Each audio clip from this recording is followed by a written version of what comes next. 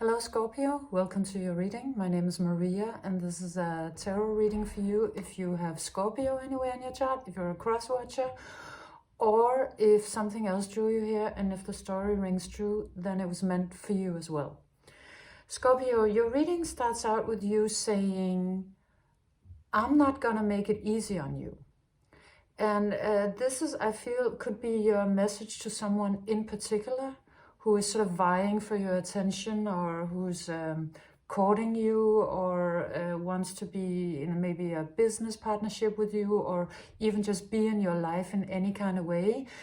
And you're just done with the BS, and you're at this point in your life and in where you are, you know, maybe in your business or in relationships, you're just not willing to pretend that things are going to be easy anymore. You want to know what people are made of, and you would like to find out quite quickly. Because you don't want to waste your time with people who are too frail to sort of match your energy or to be in it with what it requires.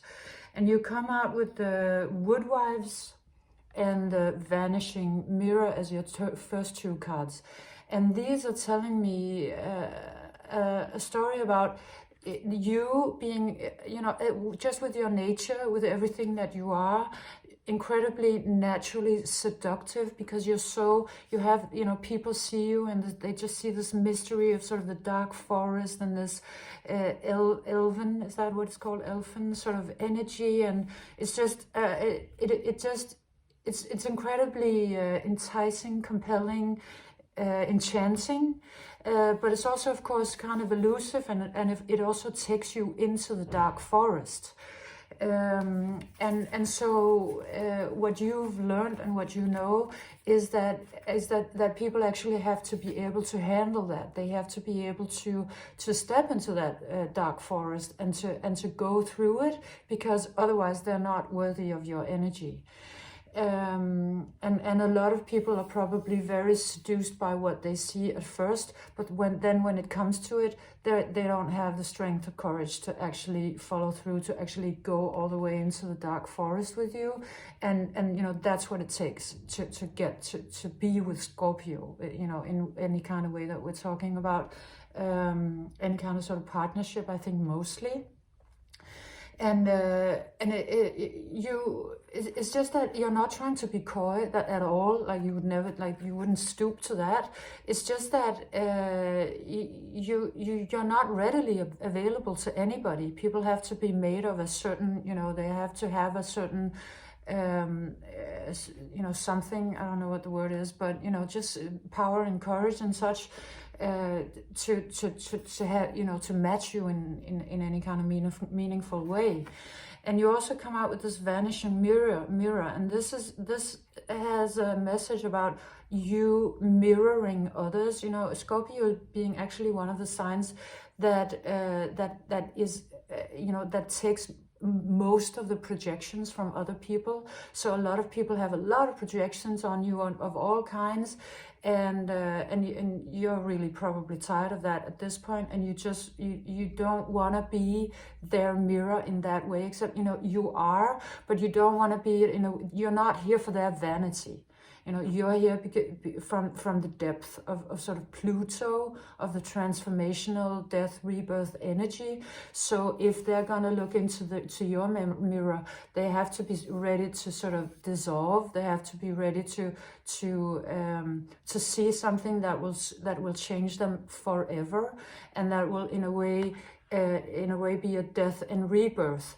This mirror has that energy of, you know, Harry Potter seeing, you know, into the mirror and seeing his deepest longing, or Rey looking into the mirror and seeing her deepest longing, like, you know, an incredible mythical experience of somebody seeing something that is so truthful and so sort of maybe hidden to themselves, such an intense longing that it is in a way terrifying, and it is also in a way a sort of an ego sacrifice or dissolvement.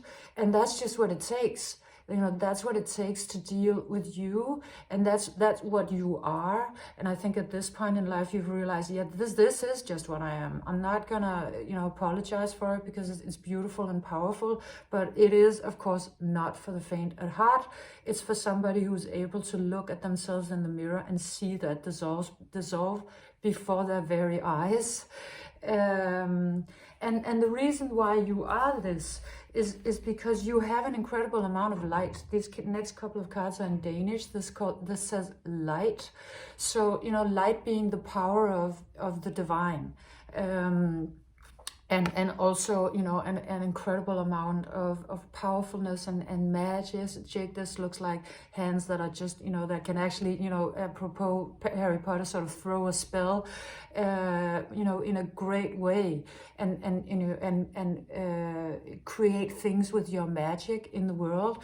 And so, of course, this should not be readily available to just any schmuck who comes by. You know, getting to this, because this is the holy grail. I mean, this is the treasure, the jewel of everything. Somebody who just has magic at their fingertips, and this much sort of power and light and energy isn't, you know, it's not something that anybody can get to. You sort of have to, like Indiana Jones, you have to sort of like you know, bow down for the arrows of poison, and, you know the riddle, and, you know, be prepared and know how to do it, and be agile and present in the situation.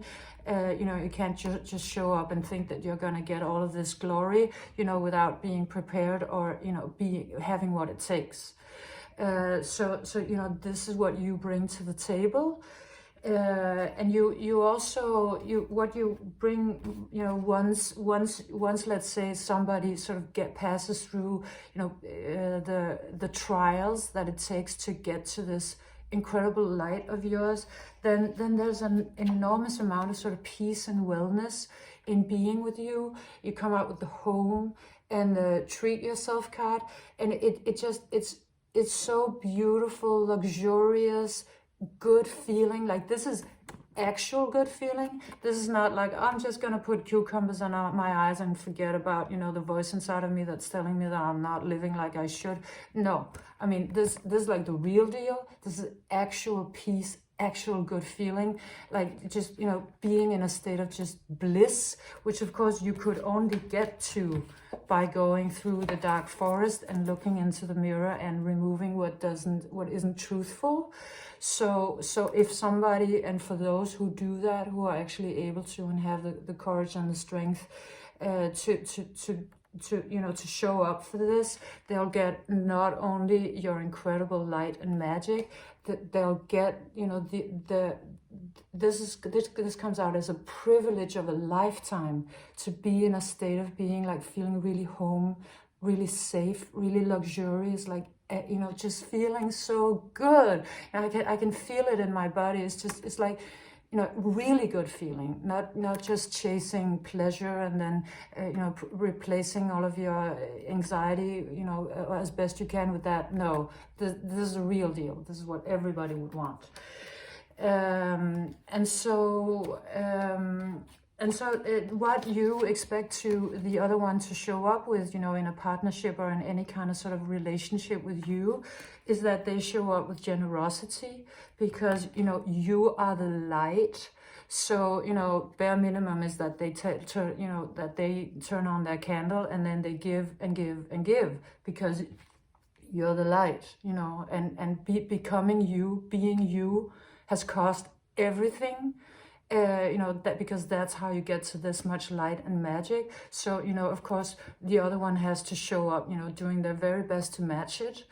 And so, you know, that's just what you're, at this point, you're not questioning your worthiness to just receive. You know, that's what people have to do, because it's just the bare minimum. And they also have to show up with the willingness to go through, sometimes with you, the valley of death again and again, because death and rebirth and transformation is what you are, and that's what it takes for this to keep feeling good, and for your light to keep, you know, improving and enhancing and being the light. So that's just how it is. So this comes out as, you know, being willing and able to go through the valley of death from time to time with you, or to show up for difficult transformations, and being, you know, creative with that, like not sitting, not sitting like a child on the backseat of the car and, you know, throwing paper balls and be like, no, I don't want to transform again, because like, no, you don't have time for that. Like, it has to be somebody who's willing to show up for it and to be creative with it, who understands the power of creation that is within it. So your reading then ends with l'amour, with love, you know, I mean, going through all of these trials and being able to show up in the way just described, then, you know, that, you know, welcome to the love.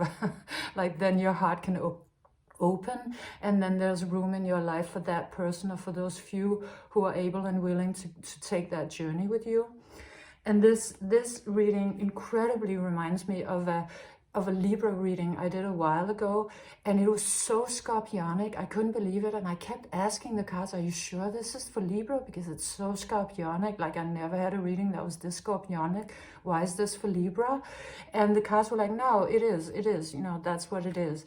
But now it came back into my mind again, and I'm realizing that it was because of a timing issue, and it wasn't supposed to be yours until now, but I'm gonna link it below, because that Libra reading was like the extended for this reading that I've just done. I mean, that, you know, so if you want, you know, if you want that extra message, I'm linking that, because that was really about this as well. But yes, so this is about you, and when people go through that and they're willing to show up for it, the outcome is love. So this was your reading, Scorpio. Thank you for showing up so powerfully. It's just really a joy. So if you liked it, please leave me a subscription, a comment, and what's the last thing? Thumbs up. Hope to see you next time. Bye, Scorpio.